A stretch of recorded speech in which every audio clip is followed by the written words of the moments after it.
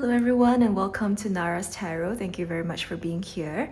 Today's reading is going to find you on the 16th of May, which is also the new moon in Taurus. So we're going to get cards for both parts of the reading, what is meant to find you today and also what the new moon in Taurus is bringing you. Okay, so we're going to start off with tarot messages here to see what is coming through.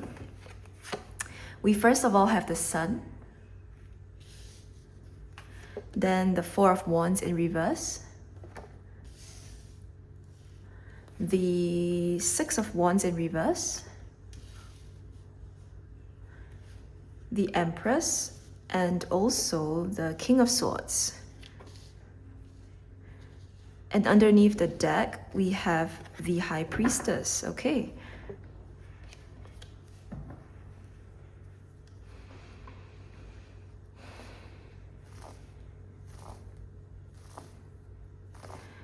The message today is about forging out ahead in your own individuality and owning your light without needing external validation to prove whether or not it's real or not. The Sun over here is somebody stepping out on their own terms.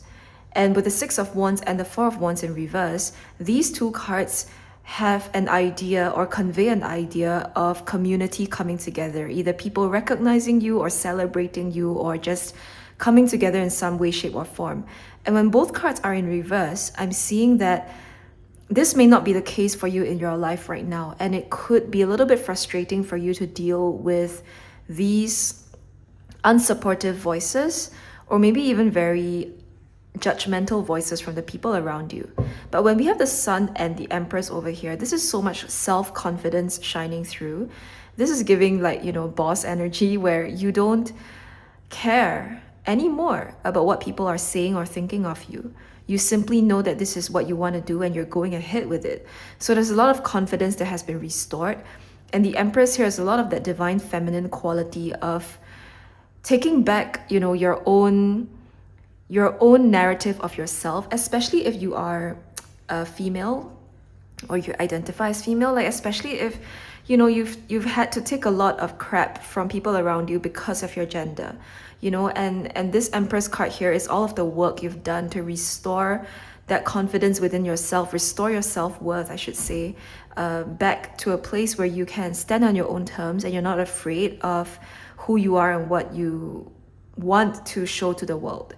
Okay, so the King of Swords comes through as a very authoritative, very clear voice that knows how to distinguish between the BS, the bullshit, and also what's really real inside of you.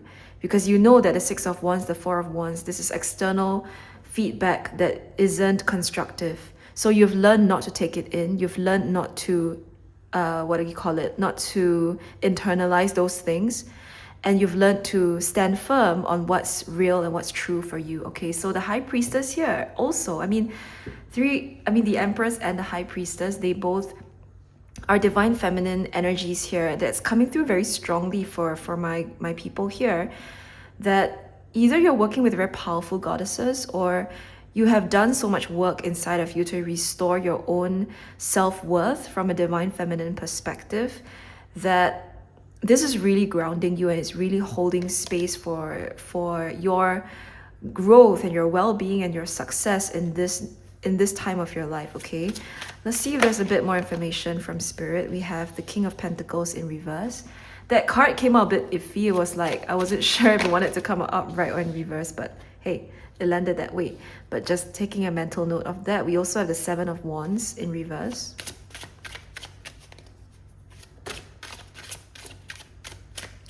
And the Knight of Pentacles. Okay.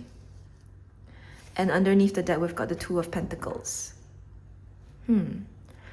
So I'm just noticing that the Six of Wands and the Seven of Wands are both in reverse. This is Spirit saying that it's a waste of our energy to fight back against those voices. This is very much giving if you have a very active Instagram comment section and there's a lot of people discussing something or talking back about you, talking back to you, It's a waste of your time to have to reply to every single person, because maybe you would do better focusing on other pieces of content. You know, you don't have to reply to every single hate comment. In the context of real life, for instance, if you're not on social media, if not an influencer, this is not having to respond to every single person that is giving you their opinions. And this is instead choosing to just walk away or protect your peace or do something else with your life. You know, with the Seven of Wands here, Spirit is saying it's just not worth your while. It's not worth your while, okay? So the King of Pentacles here is asking you to refocus your energy on what's really valuable to you, what's really valuable to your time, and what can really move things in your life, right? Because like this energy here is not gonna move. Like it's not gonna move anything in your life. Like these dissent or these kind of like hate remarks from people, like it's not gonna contribute to your success. So even if we try to like push them away, it doesn't really make us better people, or it doesn't really improve our lives. You know what I mean? The King of Pentacles here then asks us, to refocus on what's really important. And then we have the Knight of Pentacles, Two of Pentacles underneath the deck. So I think that in this season of your life, when this reading finds you, you're kind of like really refocusing your energy on stuff that you want to grow. Because even with the Mobius, you know, this infinity in the Two of Pentacles, the Mobius is this whole idea of energy flowing one to the other. And it kind of like ends up feeding itself, you know, it's a self, I wouldn't say it's a self-fulfilling loop, but it's not a loop, you know, it's a self-fulfilling thing where one thing leads to the other. And the Mobius therefore is a very magical symbol of co-creation, you know, of energy flowing, of things being in a constant state of giving and receiving, right? And there's something very magical about it. So when you go and focus on what you want to do, and I even look at this Knight of Pentacles and look at him just like being very focused on looking at his pentacle there, right? This is you redirecting your energy towards what matters most and being able to create and manifest easier, better, because you're not giving your attention away to things that are actually draining you. Okay, so let us take a look at our oracle cards. We're going to look at some moonology cards to see what else this new moon in Taurus wants you to know. Okay, so what are you manifesting? What are you calling in the new moon? We have faith in your dreams, waxing crescent moon.